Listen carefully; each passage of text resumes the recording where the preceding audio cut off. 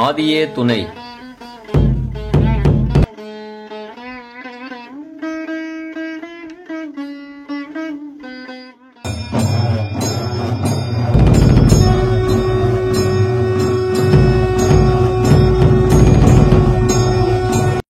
முத்திபூர்ணம் மெய்யாகவே சதுரியம் கோடிகால மக்கட திருமுள்ள சர்வ மூல மந்திர நிரூபிக மகாநர எகோவான் சலை ஆண்டு விழியே முத்திவாளி சமரச வேதநாதாவே ஆதிகளின் கர்த்தாவே மெய் வழி நாமநாதமே மெய் வழி ஆண்டவ திருவடிகளே சரணம்.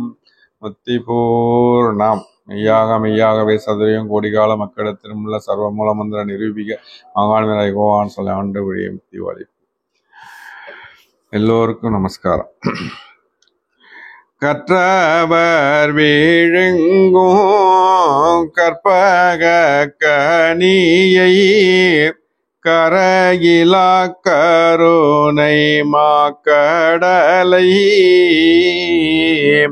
மற்றவரறியா மாணிக்க மலையை மதிப்பவர் மனமணி விளக்கை செற்றவர் பூரங்கள் செற்றயம் சிவனை திருவிழிமிழலை வீட்டிருந்த கொற்றவன் தன்னை கண்டு கொண்டுள்ளோ குளிரையன் கண்கோளின் தேனவே.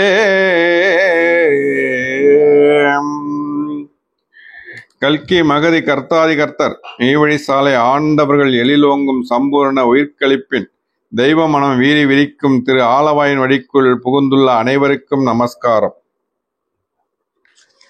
நாம் எடுத்துக்கொண்ட தலைப்பு நித்தியம். நீதி எனும் பொருளான மனுக்குலத்தை நித்தியனும் நித்தியத்திற்கே படைத்தார். சத்தியனானால் ஜாதிமான் ஆகுதல் நீதியில் நடக்க நித்தியனாவாய். நீதி நீர் வெனச்சீர் தூக்க நேர்வகை ஆனதையா நீதி நீர் அளித்த ஞானம் நீடூடி காலம் வாழ்க.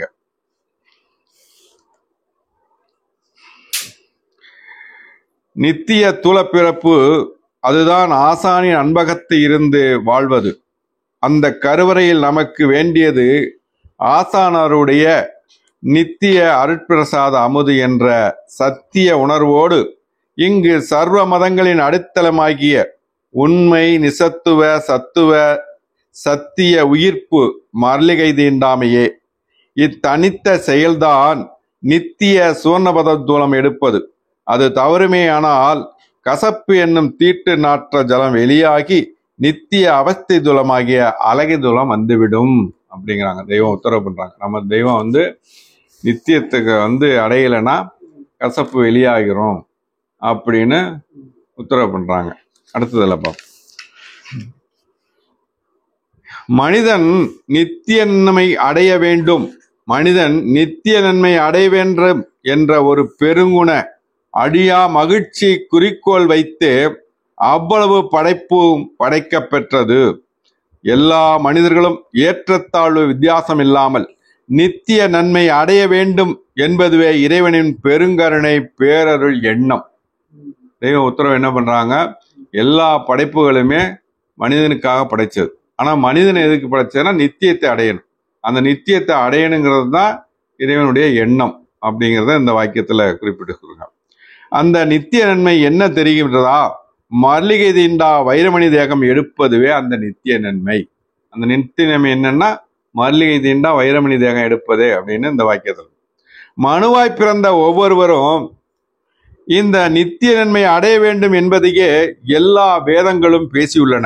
மாறாத வயதுடைய நித்திய தேகத்தில் மனிதரை புகுத்தாட்டி வைக்கின்ற மெய்மதம். எல்லா வேதமும் அதுதான் சொல்லுது. மெய்மதமும் அதான். மல்லிகை தீண்டா மெய்மதம், அதாவது யமன் கை போகாம நித்தியத்தை அடையணுங்கிறது தான் மெய்மதத்துடைய செயல் அப்படின்னு ஆண்டவங்க உத்தரவு பண்றாங்க. நித்திய தேகத்தில் மனிதரை புகுத்தாட்டி வைக்கின்ற மெய்மதம். அந்த செயலுக்கு அந்த நித்திய தேகத்தை தரக்கூடிய அந்த செயலுக்கு எதை கொடுத்தா ஈடாகும் அப்படின்னு தெய்வம் உத்தரப்படுறாங்க. வையகத்தையும் வானகத்தையும் நித்தியத்திற்கு முன் எம்மாத்திரம் அப்படிங்க. அந்த வையகத்தையும் வானகத்தை கொடுத்தாலும் அந்த நித்தியத்துக்கு முன் எம்மாத்திரம் அப்படிங்கன்னு இந்த வாக்கியத்துல உத்தரப்படுறாங்க.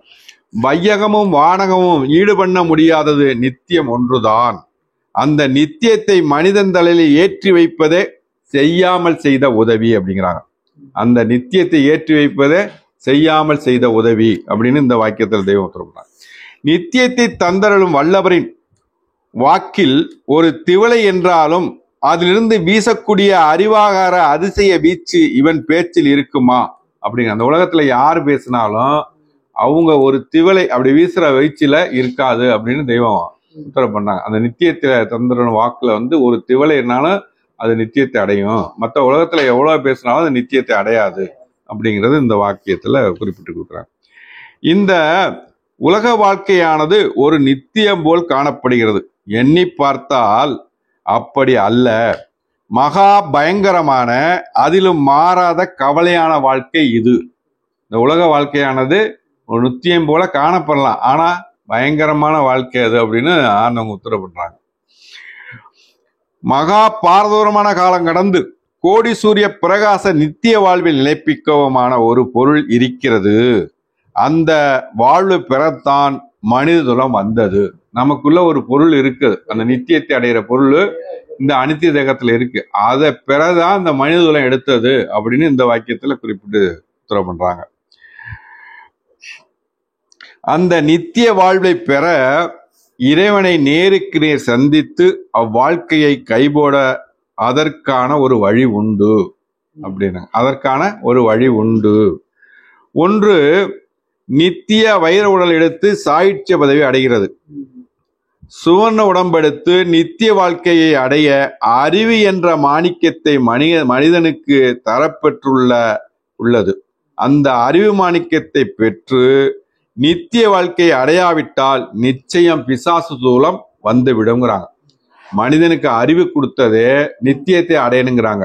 அப்படி நித்தியத்தை பெறலவில்லைன்னா ஆட்டோமேட்டிக்கா பிசாசு சூலம் வந்துடும், தானே வந்துடும் அப்படிங்கிறாங்க. அப்ப நித்தியத்தை அடையிறதுக்கு என்ன வழியோ அதை நம்ம தேடணும். ஆகவே இவனுக்குள் நித்திய வாழ்வுக்குரிய ஒரு வல்லவ வஸ்து இருக்கிறது என்று தெரிகிறது அல்லவா? அப்ப நமக்குள்ள ஒரு நித்தியத்தை அடைகிற வல்லவ வஸ்து இருக்குது அப்படின்னு தெய்வம் உத்தரவு பண்றாங்க. அங்கனம் மறுபிறப்பாகி அடைந்தவர்கள் தான் நித்தியராக ஆகி விளங்குகிறார்கள். மறுபிறப்பு பெற்றவர்கள் தான் நித்தியராக விளங்குகிறார்கள். ஆதலால் இவ்வாறு நித்திய வாழ்வுக்குரிய அதனை நேராக இப்போதே பெற்றுக்கொள்கிறது தான் உபதேசம். அதற்கு அறிவும் சக்தியும் ஆசானும் வேண்டும். அறிவும் சக்தியும் ஆசானும் வேண்டும். இப்போதே உபதேசம் பெறுவத நித்திய தேகத்துக்கு அடையும்.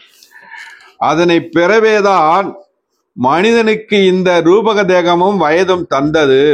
அப்படி பெற்ற மக்களை நித்திய வாழ்வில் ஏற்றி மகிழ வைக்க அல்லவா பெரியோர்கள் வந்தார்கள். நம் தெய்வத்துக்கு முன்னாடி வந்த பெரியோர்கள் எல்லாமே அந்த நித்திய தேகத்துக்கு போதான் வந்தாங்க அப்படின்னு ஆண்டவங்க உத்தரவு பண்றாங்க. நித்திய சக்தியை பெற்றவர்கள் எல்லாம் ஒரே ஜாதியாக இருப்பார்கள். அப்ப அந்த நித்தியத்தில் ஏத்திட்டா எல்லாம் ஒரே ஜாதி தான் அப்படின்னு உத்தரவு பண்றாங்க. இது தன் முயற்சியால அடைய முடியாது. இதற்கு ஒரு சத்திய நித்திய ஆசானவர்கள் துணை வேண்டும்.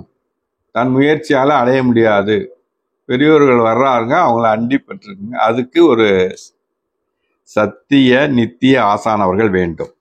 எல்லா காலங்களிலும் உள்ள அழிவில்லாத நித்திய ஏக பராபரனது திருச்சன்னிதானத்தில் பெற்று வந்தது இது. இந்த நித்தியம் எல்லாம் அந்த சன்னிதானத்துல பெற்று வந்தது அப்படிங்கிறாங்க. இந்த உடலானது அழியும், ஆனால் நித்திய பொருளான உயிர் அழிவதில்லை. நித்திய உடல் ஒன்றை அந்த உயிர் எடுத்துக்கொள்கிறது அப்படிங்கிற. உடல் அழியும், அதற்குள்ள இருக்க அந்த நித்திய பொருள் ஒரு அழியறது இல்லை அப்படிங்கிறாங்க. ஆமா, அது வேற உடல் எடுத்துக்கிறது, அதுதான் அழியறது இல்லை. மவுத்தை நம் மேல் விதியாக்கி கழுத்திலும் கட்டி வைத்திருக்கிறது. அப்படி வைக்காவிட்டால் அதிலிருந்து தப்பிக்க நித்தியத்தை அடைய எண்ணம் வராது. மவுத்தை நம்ம மேல விதியாக்கி வைக்கலைன்னா நித்தியத்தை அடையிற என்ன வராது அப்படின்னு இந்த வாக்கியம். அதை மாற்றுகின்ற பிரம்மவித்தை ஆகிய செயலை, அதனால் நித்தியமேடு ஏறுகின்ற பெரிய கீர்த்தியை, பெரிய சம்பத்தை பெற வந்தவர்களே மனிதகுலம் எடுத்த நாம் எல்லோரும். அதை பெறத்தான் நாம் எல்லோரும் வந்தோம் அப்படின்னு தெய்வம் இந்த வாக்கியத்துல மின்னிட்டு காமிக்கிறாங்க. இவை எல்லாம் எதற்கு? நீ அந்த நித்தியத்தை கைவிடுவதற்குத்தான். இது எல்லாமே உலகத்துல படைச்ச படைப்பு எல்லாமே எதற்குன்னா நித்தியத்தை அடையிறதுக்குத்தான். நீதி தீர்ப்புக்காக மண்ணிலிருந்து எழுப்புபவர்களை எழுப்பி இந்த தூரத்துக்கு பதிலாக அந்த நித்தியத்துவம் கொடுக்கும் நாளில் அது கேட்கப்பெறும் அப்படிங்கிறாங்க. நம்ம செய்யற புண்ணியங்கள்லாம் எப்ப கேட்கப்படும்னா மண்ணிலிருந்து எழுப்புற அப்ப நான் கேட்டுக்கிறேன் அப்படிங்கிறாங்க. அப்ப அன்னைக்கு கேட்டுருவாங்க. தோன்றும் தீர்ப்பிலே சொற்க நரகம் என்ற தீர்ப்பு அளிக்கிறப்ப நம்ம செய்த பாவம் புண்ணியம் நம்ம தன்னாலே நம்மளே பேசிடுவோம். அவங்களுக்கு முன்னாடி அவங்க கேட்க வேண்டியதில்லை, நம்மளே ஒப்பிச்சிருவோம்னு வாக்கியத்துல இருக்காங்க. அந்த மாதிரி அந்த நேரத்துல கேட்கப்பெறும் அப்படிங்கிறாங்க. நித்திய தேகத்தை கைபோடவே இந்த அறிவு தூலத்தை பெற்றிருப்பது.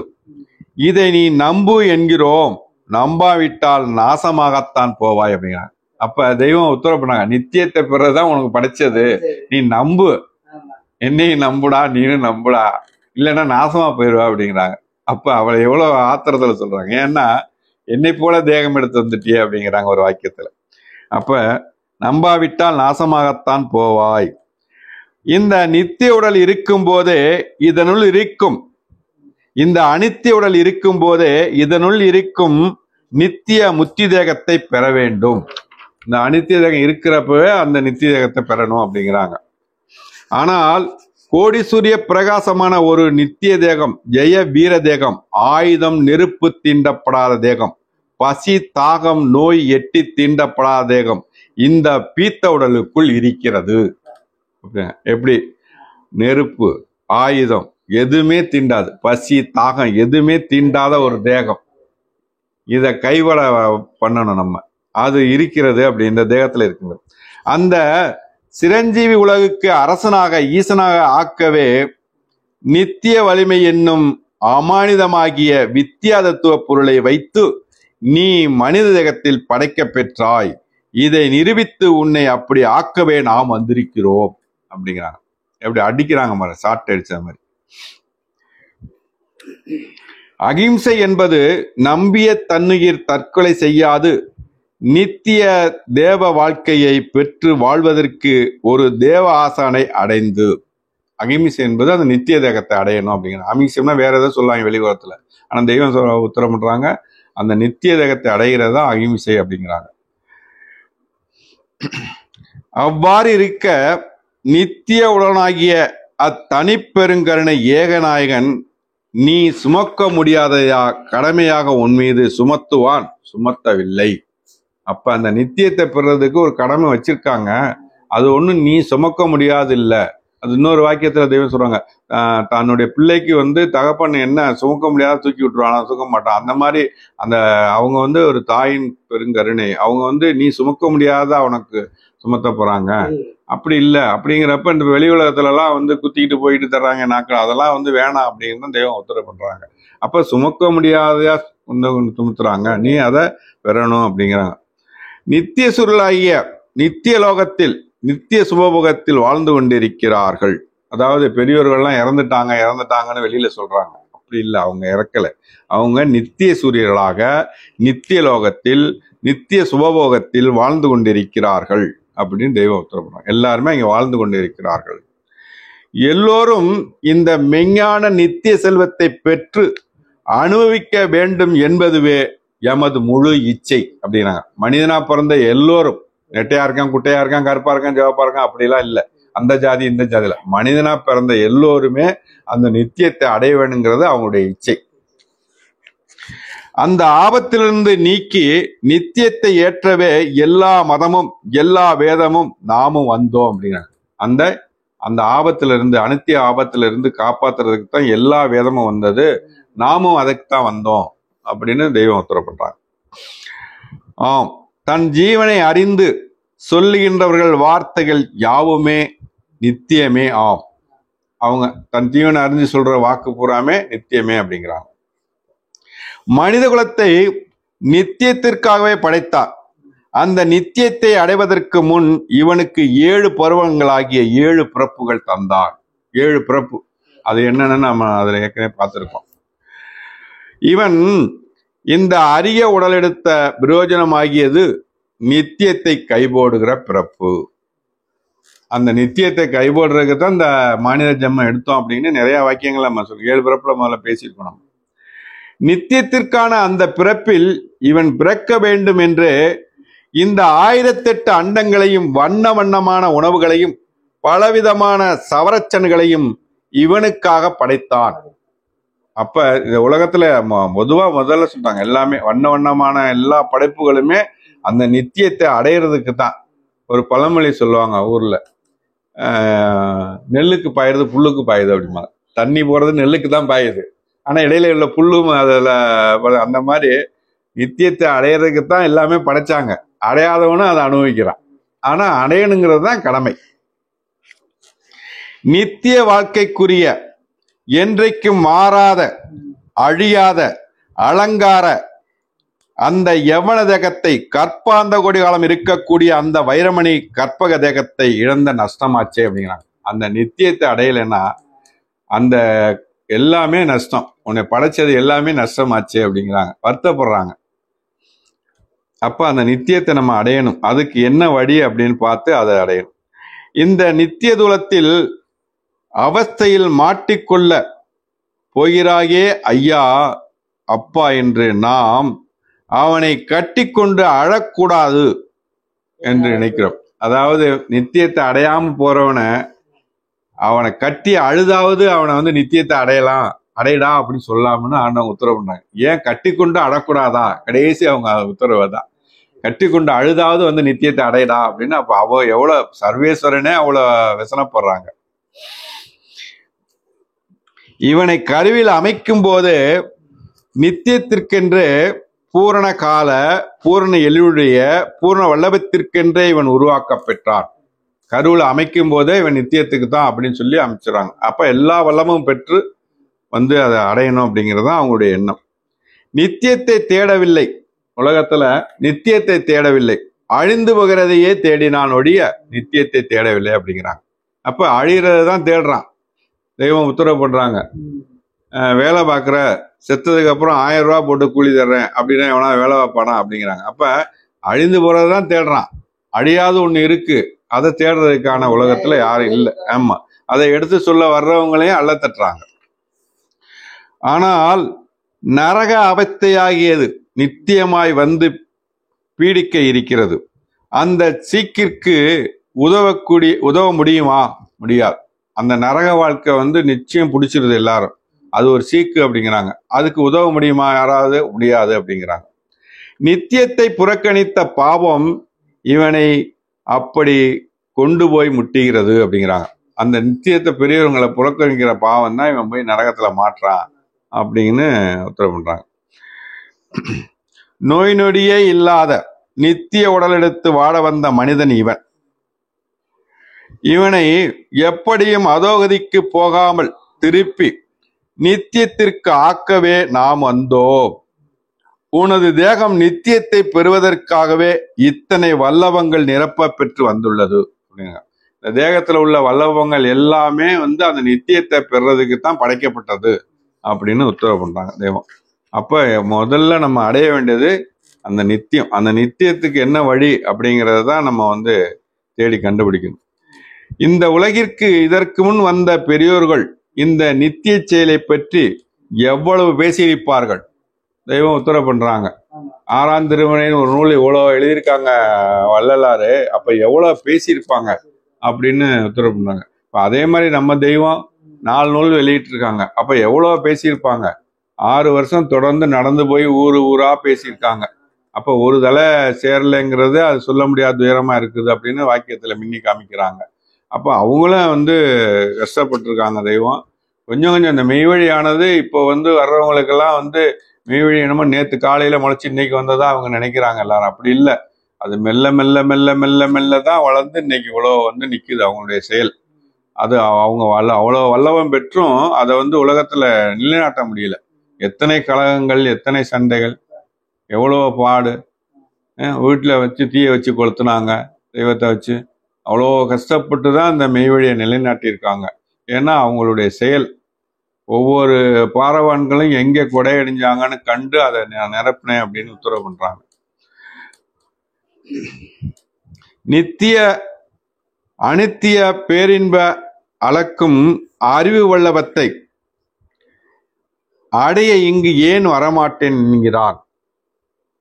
நித்திய அதிசயத்தை பேரின்பத்தை அளக்கும் அறிவு வல்லவத்தை அடைய இங்கு ஏன் வரமாட்டேங்கிறான். அப்ப இந்த உலகத்துல எல்லாம் போறான், திருப்பதிக்கு போறான், ராமேஸ்வரத்துக்கு போறான், பழனிக்கு போறான். இந்த மெய்வழிச்சாலை மட்டும் அவன் கண்ணுக்கு தெரியலையா? அப்ப ஏன் இங்க வரமாட்டேங்கிறான் இங்க அப்படின்னு தெய்வம் வசனப்படுறாங்க. இவன் எங்கே போகிறான்? நித்திய நெருப்புக்கு போகிறான். நாம் எங்கே போகிறோம்? நித்திய பேரின்ப உலகுக்கு போகிறோம். தேவனுடைய விளைவு நித்திய இன்பம். அதன் பெருமையை, உன்னதத்தை இவனால் நினைக்கத்தான் முடியுமா? தேவனுடைய பெருமையை நினைக்க முடியலங்கிறாங்க. இந்த அழிதேகத்தை விட்டதும் சுகஸ்வரூபத்தை கைபோடுகிற இந்த அழிதேகத்தை விட்டதும் சுகஸ்வரூபத்தை கைபோடுவதே நித்தியம். அப்படி கைபோடவில்லை என்றால் துக்கமாகிய நரகமே வருகிறது. துயர் அறுவது நித்தியம், துயருவது அனித்தியம். உன் அன்பு நித்திய சுகத்தை தருகின்ற இந்த எல்லைக்குமாக ஏன் வைத்துக் கொள்ளக்கூடாது அப்படின்னா, இப்ப எல்லாம் வெளியில தான் அன்பு பண்றாங்க. அப்ப தெய்வம் உத்தரவு பண்ணாங்க, இந்த எல்லையில தான் உனக்கு நித்தியம் தர்றாங்க, இந்த எல்லையில நீ அன்பை வை, ஆலயம் உன்னுடைய மனைவி அப்படின்னு உத்தரவு பண்ணாங்க ஒரு வாக்கியத்துல. அப்ப இந்த எல்லையில தான் நம்ம அன்பு செலுத்தணும், உண்மையான அன்பை இந்த எல்லைக்கு தான் செலுத்தணும் அப்படின்னு இந்த வாக்கியத்தை சொல்லணும். அதில் உன் பாவ உயிர் உடலை கருக்கி புதிய நித்திய உயிர் உடலை பெறுதல். மனிதனுக்கு நித்தியத்திற்கென்று தரப்பெற்ற மேலாம்பரமான அறிவை தன் வயிற்றுப்பாற்றுக்கு உபயோகிப்பதை பார்த்தால் அப்படிங்கிறாங்க. அப்ப அந்த இடத்துல இன்னொரு வாக்கியத்துல சொல்றாங்க, பல்லு குத்தா அருவா எடுத்துட்டு வானா நம்பட்டி அருவா ரம்பெல்லாம் எடுத்துட்டு போன மாதிரி அந்த வாக்கியத்தை மின்னி காமிக்கிறான். நித்தியத்துக்கு தன்ன அறிவை அதுக்கு பயன்படுத்தாம வேற எதுக்கோ பயன்படுத்துறியே அப்படிங்கிறதுதான் இந்த இடத்து வாக்கியத்துக்கு. பொய்யாகிய பதரை மெய்யாகிய நித்தியத்திலின்று நீக்கி பரிசுத்தத்தில் ஆக்குவார்கள். இறைகுருவனுடைய குடும்ப வேலை மக்களை சுவர்ணவதியில் ஏற்றி நித்திய சுழல ஆக்குவதே இறைவனின் திருச்சந்நிதி அடைவதற்கு. அவங்களுடைய வேலையை அதுதான் அப்படிங்கிறாங்க தெய்வம். வேணுமென்று இவன் எதிரிடத்தில் அனித்தியமோ அல்லது நித்தியமோ, சுவர்ண வாழ்வோ அல்லது நரக வாழ்வோ சார்ந்து கொள்கிறானோ அதன் மயமாக ஆகிவிடுகிறான். அப்ப இவன் எண்ணத்துல எதுல சார்ந்து இருக்கிறானோ அதுல போயிடுறான் அப்படின்னு அந்த இவனே சார்ந்து கொள்றதுல. அவங்க அனித்தியத்துல சார்ந்தா அனித்தியமாக போயிடுறான், நித்தியத்துல சார்ந்துன்னா நித்தியத்துக்கு வந்துடுறான். அப்ப இவன் எதுல சார்ந்து இருக்கானோ அந்த பள்ளியில போயிடுறான் அப்படின்னு அந்த வாக்கியம் இந்த இடத்துல. இவ்வுலக இச்சையானது இவ்வுலக இச்சையை விட்டு யதார்த்த நித்தியத்தில் நின்று அகமுகத்தில் நாளிகைக்கு நாளிகை வலுக்கொண்டு ஏறுகின்ற அந்த அனித்தியமே அறம். அறங்கிறது அந்த நிச்சயமே அறங்கிறாங்க. இந்த உலக இச்சையை விட்டு யதார்த்த நித்தியத்தில் நின்று அகமுகத்தில் நாளிகைக்கு நாளிகை வலுக்கொண்டு ஏறுகின்ற அந்த நிச்சயமே அறம். அந்த நித்தியனோட சுகத்திற்கும் பரமானந்தத்தில் உன் மனதை ஏற்றுமே அந்த நித்திய விளக்கத்தை உன்னை புகுத்தி மகிழ வைக்குமே, அதுதான் நிஜமான அறம். இவர்கள் நெடுங்கால நித்திய வாழ்க்குரிய ஒரு துணையை தேடிக்கொள்ள கூடாதா? அதாவது எல்லாத்துக்கும் துணை தேடிக்கிறோம்.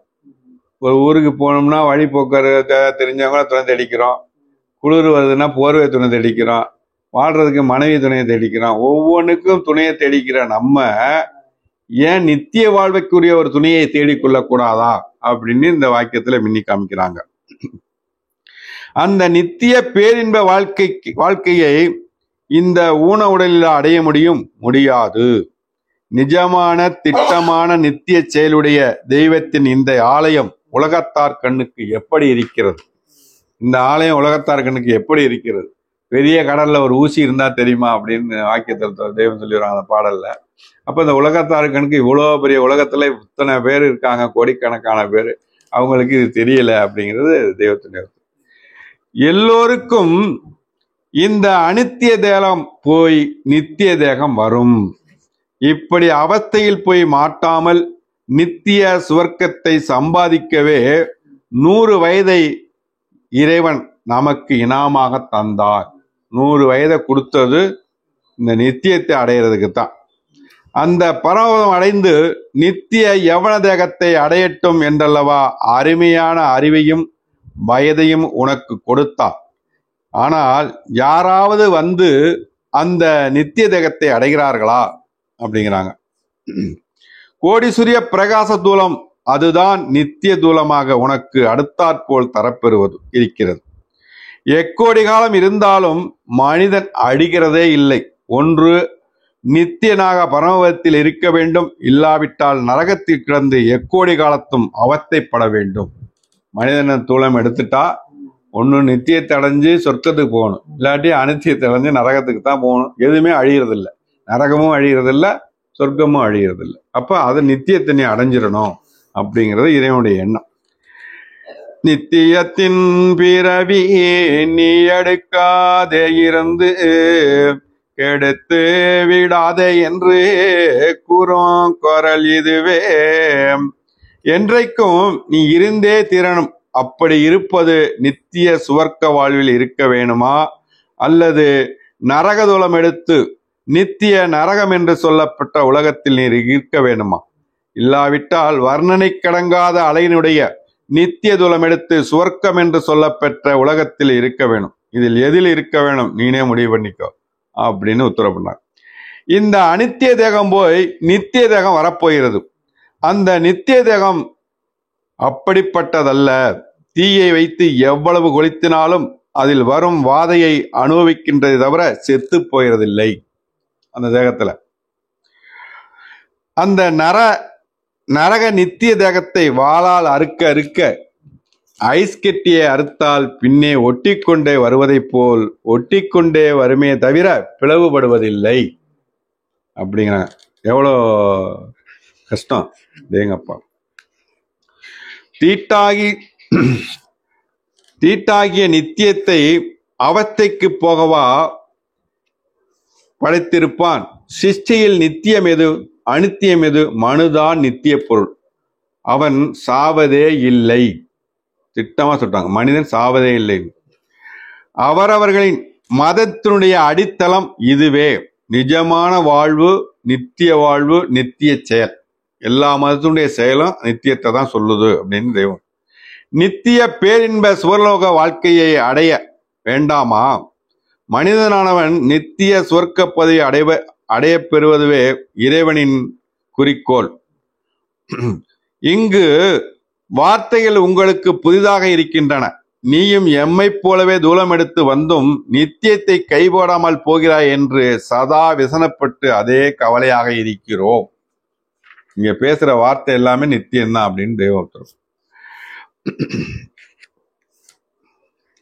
நித்திய சாயுட்ச பதவி எளிதில் கைவசமாகுமே, ஏன் இது மக்கள் உள்ளத்தில் படவில்லை?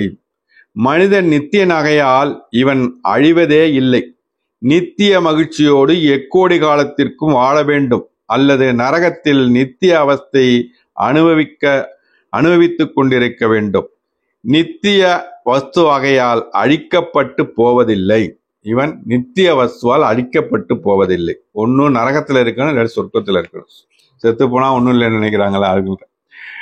அந்த நித்தியமாகிய அறிவு எங்கே இருக்கிறது என்றால் இந்த அனித்திய துலத்தில் தான் இருக்கின்றது ஐயா. அந்த நித்திய துலத்தில் குடியேறி கொள்ளும் அருகதை மனிதனுக்கு மட்டுமே உண்டு. மற்ற படைப்புகள் எதுக்கும் கிடையாது. மனிதனுக்கு மட்டும்தான் அந்த நித்தியகத்தில் குடியேறி கொள்கிற அதிகம். மனிதன் நித்தியனாகையால் மனுத்தலை மட்டும் நித்தியம், அது அழிவதே இல்லை. அதே போல நித்திய சுவர்க்கத்திற்கு போகின்றவர்களுக்கும் நீங்கா அவஸ்தைக்கு போகின்றவர்களுக்கும் தனித்தனி அடையாளம் உள்ளது. இப்பொழுதே நித்திய உடல் எடுத்து அந்த நித்திய தேகத்தில் நுழைந்து கொள். அந்த நித்திய தேகத்தில் நுழைந்து கொண்ட நுழைந்து கொள்ள வேண்டும், நாளைக்கு அல்ல, இன்னைக்கே நுழைந்து கொள்ள வேணும் அப்படிங்கிறாங்க. தேவருவம் நித்திய துலமாகிய அதில் நுழைவதற்கு இப்பொழுதே உன்னை பழக்குவார்கள். அந்த நித்திய தேகத்தை அடையிறதுக்கு அவங்க பழக்குவாங்க ஆசான் அப்படின்னு உத்தரவு பண்றாங்க. ஆசான நம்ம அடையணும், அது உண்மையான ஆசான அடையணும். இந்த தேகத்தை நீ விடும்போது நித்திய தேகத்திற்குள்ளாக நுழைந்து கொள்வாய். இந்த அனித்திய உடலுக்குள் நித்திய உடலானது ஒன்று இருக்கிறது. பரமனுடைய கையில் சிக்கி அந்த நித்திய தேகத்தில், வைர தேகத்தில், ஒளி தேகத்தில் நுழைந்து கொள். இப்பொழுதே நித்திய தேகத்தில் நுழைந்து கொள், பழகி கொள்ள வேண்டும். சாவரு முன் செத்து பழக வேண்டும். உன்னுடைய தலை நித்தியத்தில் மாற்றப்பெறுகின்ற செயலையே நீங்கள் இங்கு கேட்கிறீர்கள். எக்கோடி காலத்திற்கும் நித்திய தேகத்தில் குடியேறி நிரந்தர வாழ்க்கையில் வாழலாமே. அதுவும் பிணி மூப்பு சாக்காடு அண்டாத ஒரு சுத்த நித்திய மேனியில் ஒரே அளவில் எக்கோடி காலத்திற்கும் வைப்பதனால் அது எப்படி இருக்கும்? மனிதனை கருவில் அமைக்கும் போதே நித்தியம் என்ற கருவில் அமைத்தான். முடிவே அற்றதாயும் உள்ள நித்திய வாழ்விற்கே படைத்தான். இவ்வாறான எரிநர அழிவுக்கு போகிறாயே, நித்திய உலகில் நித்தியனாக இருக்க வந்தவனாச்சே, நீ இப்படி நாரி சாகலாமா?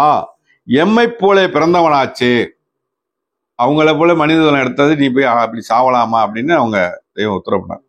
அந்த கற்பாந்த கொடிகால நித்திய வாழ்க்கை வந்து விடுமா? அந்த பரமபத வாழ்வு அவ்வளவு லேசில் வரக்கூடியதா? இந்த தொழுகை என்ற ஒப்பனையால் அந்த நித்திய வாழ்வு கைவரவாகுமா? தொழுகை, அதாவது வேஷம் போடுறாங்கல்ல, அதை சொல்றாங்க. அதனால அந்த நித்திய வாழ்வு வந்துருமா அப்படின்னு உத்தரவு பண்றாங்க. இது இல்லாவிட்டால் நித்திய நரக பிராப்தி கிட்டிவிடுமே. அத்தகைய ஒரு பொருளாக இவன் மீட்புக்கு கட்டாயம் வந்திருக்கிறது. நீண்டகால நித்திய வித்தினை இவனுக்குள்ளே வைத்து படைத்ததினால்தான் இவனுக்கு அளவற்ற ஆசை உண்டாகிறது. அதான் நித்தியத்தை, நீண்ட காலமா வாழக்கூடிய நித்தியத்தை வச்சு படைத்ததுனாலதான் அளவற்ற ஆசை உண்டாகிறது அப்படின்னு உத்தரவு பண்றாங்க. இனி வரப்போவது நித்திய உலகம். அங்கே இரண்டில் ஒன்றுதான் கிடைக்கும். இவன் தலையிலே இருக்கிறது அந்த நித்திய நன்மை இவன் உணரவில்லை. நீதி என்னும் பொருளான மனுக்குலம் தனக்குரிய நித்தியத்தை கைபடுவதற்கென்றே தீர்க்கதரிசிமார்களை அனுப்புகிறான். இத்தூலத்தை விட்டு நித்திய துலத்தில் புகுந்து கொண்டபடியினால் ஒரே நித்திய எண்ணத்தில் லகித்து விடுகிறார்கள். இவ்வாறாக ஒவ்வொரு பருவத்திலும் முன்னிருந்த அனித்திய கருவிக்குளங்கள் போய் நித்திய கருவிக்குளங்கள் உண்டாகின்றன. நித்தியத்தை அடைஞ்சிட்டா அனித்திய கருவிகள் மாறி ஒவ்வொன்றும் நித்திய. தெய்வம் ஒரு வாக்கியம் சொன்னாங்களே, முன்னிருந்த தேகம் மாறிடுது, முன்னிருந்த கண் மாறிடுது அப்படின்னு. அவங்க அடைஞ்சோடனே எல்லாமே மாறிடுது அப்படிங்க. அதை இந்த இடத்துல சொல்றாங்க. அந்த கருவிக்குளங்கள் போய் நித்திய கருவிக்குளங்களை உண்டாகின்றன அப்படின்னு. ஏழ்பிறப்பு நித்தியத்தில் இருந்தாள வந்த மன்னோ நித்திய வாழ்வுக்கென்றே நிலத்தில் படைத்த மனு அண்டமனைத்துள்ள பொருள் அனைத்தும் மனு உனக்கே கொடுத்தான் பரம்பெரியோன் குறித்த பெரும் வாழ்வினுக்கே. இதை விட்டு நாரி செத்து எரிதீட்டாய் போராயே, தீட்டாகி செத்த பின்னே தேத்த பெறும் ஆண்குருக்கள் அப்படின்னு தெய்வ வாக்கியம் நிறைய சொல்லி வராங்க. அதுல நித்திய வாழ்வுக்கென்ற நிலத்தில் படைத்த மனு நித்திய தேகம் எடுத்து நித்திய வாழ்வதுதான் செவி உணவின் பலன். நித்திய தேகம் எடுத்து வாழ்வதுதான் செவி உணவின் பலன் என்று இந்த அகில உலகிற்கும் அறிவிக்கவே நாம் வந்துள்ளோம். அப்ப செவி உணவு வாங்குறது எதுக்குன்னா அந்த நித்திய தேகத்தை அடைகிறதா அப்படிங்கிறது அறிவிக்கதான் தெய்வம் வந்தோம் அப்படிங்கிறார். இந்த உலகத்துல வேற யாருக்கும் அது தெரியாது. உனக்கு நித்திய தேகத்தை அழைக்கின்ற பெருங்கருணை செயலுக்கு காணிக்கையாக உன் தலையை வெட்டி சமர்ப்பித்தாலும் அதற்கு ஈடாகுமா அப்படிங்கிறாங்க. அந்த நித்திய தேகத்துல உன்னை புகுத்தாட்டி வைக்கிறதுக்கு உன் தலையவே வெட்டி கொடுத்தா கூட அதுக்கு ஈடாகாது அப்படிங்கிறாங்க. அது வையகமும் வானகமும் அதுக்கு ஈடாகாதுன்னு இன்னொரு வாக்கியத்தில் சொல்றோம். அந்த அனித்திய பொருள் எம் கைக்கு எப்படி வந்தது? அதாவது இந்த நித்திய பொருள் அவங்க தெய்வம் கஷ்டப்பட்டு தானே பெற்றிருப்பாங்க. அப்ப அதை சொல்றாங்க தெய்வம். அந்த நித்திய பொருள் எம் கைக்கு எப்படி வந்தது? அதற்காக இந்த உலக வாழ்க்கையை நாம் அர்ப்பணித்தோம் அப்படிங்கிறாங்க. இந்த உலக வாழ்க்கையே அர்ப்பணித்தோம், அதனாலதான் அந்த கை வரவாச்சு. எல்லா வகையிலும் எவரும் பெற முடியாத நித்திய லாபகர வாழ்வு எம் கையில் கிட்டியது. உலக வாழ்க்கை அர்ப்பணித்ததுனால யாரும் பெற முடியாத நித்திய வாழ்வு என் கைக்கு கிட்டியது அப்படிங்கிறாங்க. அந்த நித்திய கோடு, அந்த நித்திய கொடுநரக அவத்தைக்கல்லவா போய்விடுவாய். ஆகவே உனக்கு இங்கு என்ன உஜார் ஒட்டுதல் வேண்டும்? சர்வ உலகமும் நித்திய காலம் புகழ் உன் கைவரவாகும். மரளிகை தீண்டா நித்திய தேகம் எடுக்கவே இந்த தெய்வீக சபையில் சேர்த்து கொள்ள பெறுகிறார்கள். தெய்வ சபையில சேர்க்கிறது. மரளிகை தீண்டா நித்திய தேகம் எடுக்கவே இந்த தெய்வீக சபையில் சேர்த்து கொள்ள பெறுகிறார்கள்.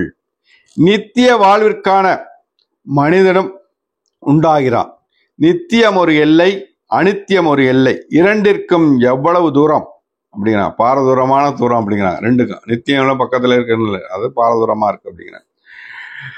இந்த அழியாத முத்தி தேவலம் நீ எய்தும் வரை உபதேசம் நிகழ்ந்து கொண்டே இருக்கிறது அப்படிங்கிறாங்க. அந்த நித்திய தேகத்தை பெற வரைக்கும் நீ உபதேசம் நடக்குது, கடைசி வரையும் நடக்குதுங்கிறாங்க தெய்வம். பாரவான்கள் இறக்கவில்லை, நித்திய சுவர்ணபதி வீட்டில் குடியேறி இருக்கிறார்கள். மீனுக்காக படைக்கவில்லை, இவன் நித்தியனாவதற்கென்றே வந்தவன். இவனது வயதை அளவிட முடியுமா? முடியாதே. அரும்பெரும் காரியமாகிய நித்தியத்திற்கு தந்த அறிவை அழிந்து போகிற அல்ப காரியங்களிலும் பம்படிகளிலும் திருட்டுத்தனிலும் வீணாக்கி அடியோடு வேறுவிடுங்க பெற்று சாகிறான். நித்திய தேகத்தின் பிரணவ வித்து இன்னதென்று நாம் உனக்கு அறிவித்திருக்கிறோம் அல்லவா? 7ஆம் பிறப்புடத்தில் நித்திய ஆட்சி இதோ அடுத்து வந்துவிட்டது. அழியா நிலத்து ஆள்கை அதுவேதான். அழியா நிலத்து ஆள்கை அதுவேதான். அந்த தேவாமிர்த இனிப்பை மாறாது ஊட்டும் நித்தியானந்த 7 கணு கரும்பு இவன் உலகத்தில் ஏது இல்லை. இவன் உலகத்துல இல்லை அப்படிங்கிற அந்த 7 கரும்பு. இவனுக்கு அந்த அழியாத பெருநிதியமாகிய நித்திய பரமானந்தத்தை தருபவர்கள் அது அவனுக்கு மட்டும்தான் அப்படிங்கிறான். ஒருத்தருக்கு மட்டும்தான் அப்படிங்கிறார். யார் கேட்கிறாங்களோ அவங்களுக்கு தான். நான் சேர்ந்துட்டே பொண்டாடி கொடுங்கன்னா கொடுக்க மாட்டேன். பொண்டாட்டி சேரணும் நேரம். நித்திய பேரின்ப சாவை நித்திய பேரின்ப திருமணமாக்கி கொண்டு வாழ்கின்ற உன்னை என்ன என்பது வெளியில சாவுங்கிறாங்க. அந்த சாவை நித்திய பேரின்ப திருமணமாக்கி வச்சுட்டேங்கிறாங்க. அது திருமணங்கிறாங்க தெய்வம். அதாவது அடக்காங்கிறத திருமணம். வெளியில சொல்ற சாவை இங்க நித்திய பேரின்ப திருமணமாக்கி கொண்டு வாழ்கின்ற உன்னை என்ன என்பது அப்படிங்கிறாங்க. ஒரு தேவ ஆசானை தேடி அடைந்து அவர்களின் திருவடியில் படிந்து நின்று நித்திய தேக சொத்தாகிய ஜீவரத்னத்தை கைபோடு வைத்தான். அழியாத நித்திய உடலை பெற்று வருவதால்தான் மக்களுக்கு அனந்தன் என்ற நாமம் தரப்பெற்றதுங்கிறாங்க. ஆனந்தன் என்ற நாமம் கொடுத்தது அந்த நித்தியத்தை அழியாத பெற்றாங்க. அதனாலதான் அவங்களுக்கு ஆனந்தன் கொடுத்தாங்க. அணுக்கோடியின் வல்லபத்தை அறிந்து பழகி அவற்றை நித்தியத்தின்பால் திருப்ப வைத்து ஆளக்கூடிய சக்தி பெற்றவர்களா பாரவான்கள். ஜீவன் அவத்தை விட்டு நீக்கி நித்திய மகிழ்ச்சியில் குடியேறி தங்குவதுதான் ஞானம் அப்படிங்கிறாங்க. ஜீவன் அனித்தியத்தை விட்டு நித்தியத்துல குடியேறதான் ஞானம் அப்படிங்கிறாங்க.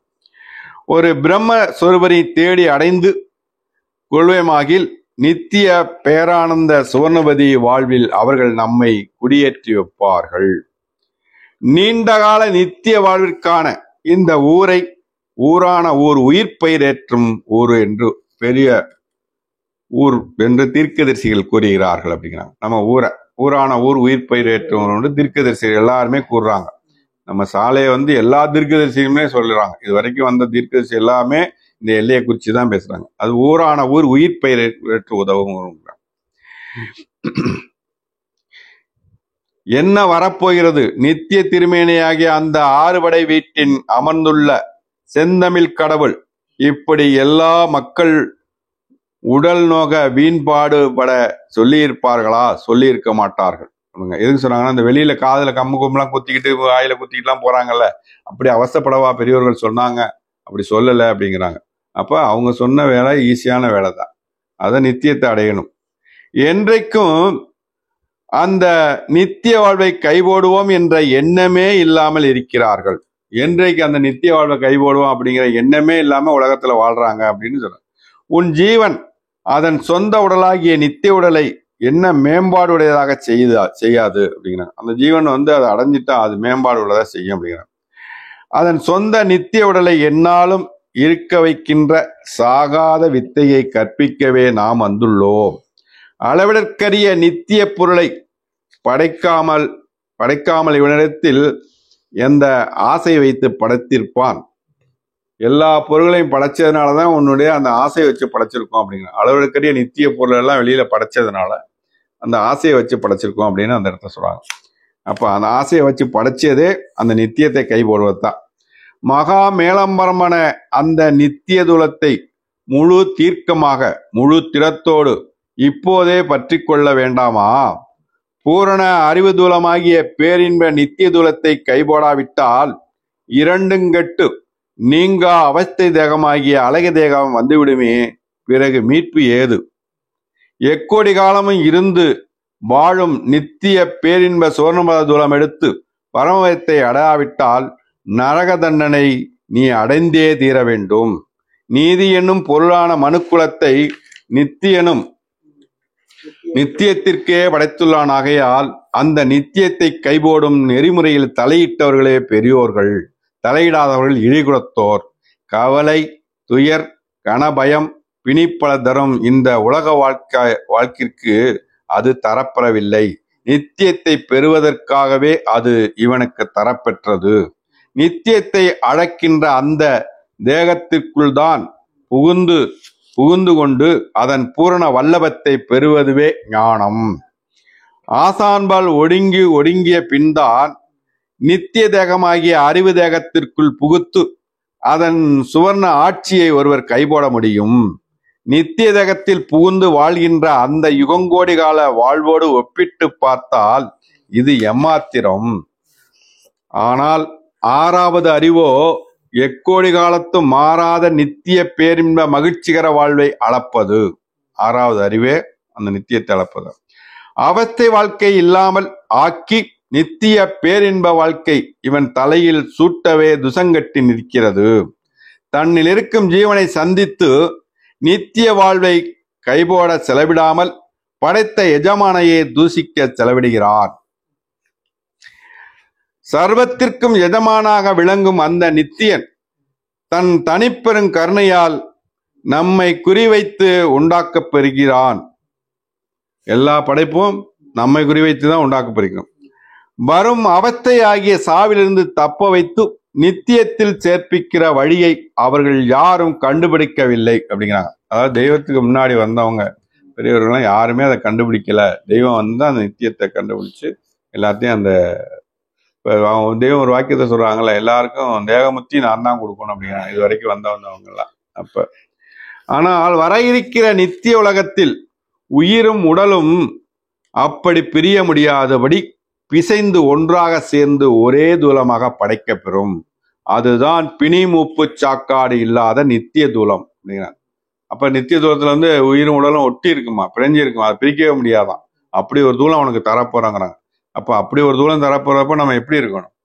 அதுக்கான வழியை நம்ம மாறாத வயதுடைய நித்திய தேகத்தில் புகுத்தாட்டி பரமவத பேரின்ப வாழ்விற்குள் உன்னை தள்ளுகிற போது உபதேசம் முடிகிறது.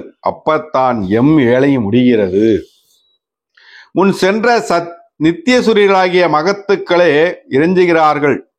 ஒரு பக்கம் அவமானம், அசிங்கம், அவஸ்தை நித்தியம், மறுபக்கம் மாறாது நிலைத்து மகிழ்ச்சி வாழ்வில் நித்தியம்.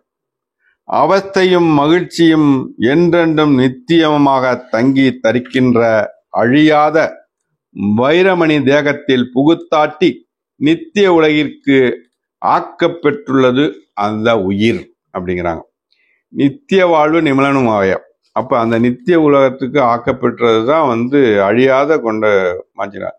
ஜீவதேக ஆட்சி நித்திய வாழ்வு அளப்பதற்கு இத்தீர்ப்பு நடத்த வந்து உதயம் செய்து நிற்கும் தேவப்பிரகாச ஒளிரும் நித்திய உடல் எண்ணப்பெற்ற சூக்குமம் காரணம் மகா காரண உடலை தன்னதாக கைப்பற்றி நித்திய வாழ்வில் ஏறி நிலைப்பதற்குமான உனக்கு நெறி அருள் புரிவோம் என்று நமது குலதெய்வம் பிரம்மோதய சாலை ஆண்டவர்கள் திருவாய் மலர்ந்தறினார். ஜாதிகளின் கர்த்தாவே. மீண்டும் முத்தி பேரரை தொடரும். நமஸ்காரம் எல்லோருக்கும்.